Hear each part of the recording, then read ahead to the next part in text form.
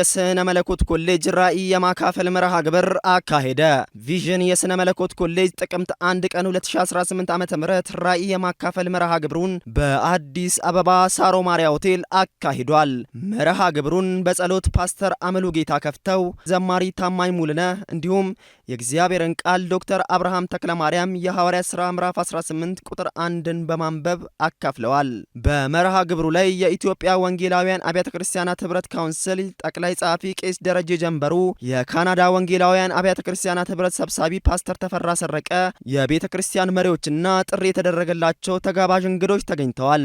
እንደ ኤሮፓውያን አቆጣጠር 1989 ዓ.ም ወደ ካናዳ በመጡ ስደተኞች የተጀመረችው የመታደስ ቤተ ክርስቲያን ከጅማሬዋ ጊዜ አንስቶ የሚሽን ስራ በማተኮር ታላላቅ ተልእኮችንና ራእዮችን ከጌታ ተቀብላ በርካታ ስራዎችን እየሰራች ትገኛለች።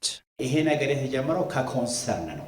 ጀስት እኔም በቤተክርስቲያን ምዕመናንም በዘመናችንም ከምናየው ብዙ ኮንሰርኖች ማለት 3 ኮንሰርኖች እነሱን ታክል ለማድረግ ብለን ነው የጀመርነው። ግን እግዚአብሔር እየመራን ያው እዚህ አድርሶናል እና ሙሉ የሆነው ወንጌል ሙሉ የሆነ እግዚአብሔር ቃል አይደለም ስናስተምር የኖር ነውና በጣም ሴሌክቲቭ የሆኑ ትምህርቶች ናቸው መድረኮቻችን የያዙት። ብዙ ሙቭመንቶች ወደ ቤተክርስቲያን ይመጣሉ እና አንዱ ነገር ላይ እናተኩራለን እና ሶሉሽኑ ምንድነው? ምንድናድርግ? አሁን ስለ ችግሩ ስናወራ ብንኖር ስለ እንደዚህ ነው ብንል መፍትሄው ምንድነው ሲባል በቃ ሙሉ የሆነውን የእግዚአብሔርን ቃል ካሪኩለም ፈጥረን ማስተማር አለብን ወደሚል ኮንክሉዥን ውስጥ የደረስነው።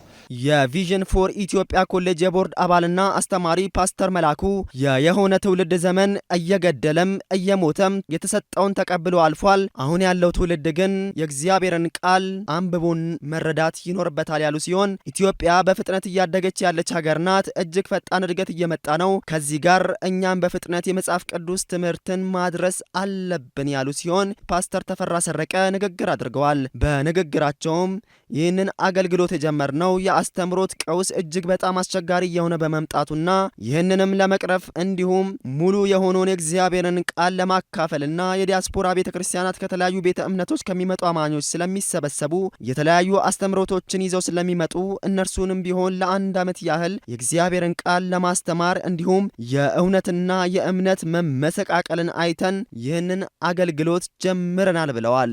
ኮሌጁ በአሁኑ ወቅትም ቤተክርስቲያኒቷ በአዲስ አበባ በተከፈተው የመታደስ ቤተክርስቲያን ስር ችግር ለመቅረፍና በስፋት ቃሉን ለማድረስ በምድራችን በኢትዮጵያ በመካከለኛው ምስራቅ በአውሮፓ ያሉ ተማሪዎችን ለመድረስ ጥቅምት 11 2025 ዓ.ም እንደ ኤሮፓውያን አቆጣጠር በአማርኛና በአፋን ኦሮሞ ለማስተማር በኢትዮጵያ ዋና ከተማ አዲስ አበባ የመጀመሪያውን ቅርንጫፍ በደማቅ ሁኔታ አስመርቋል።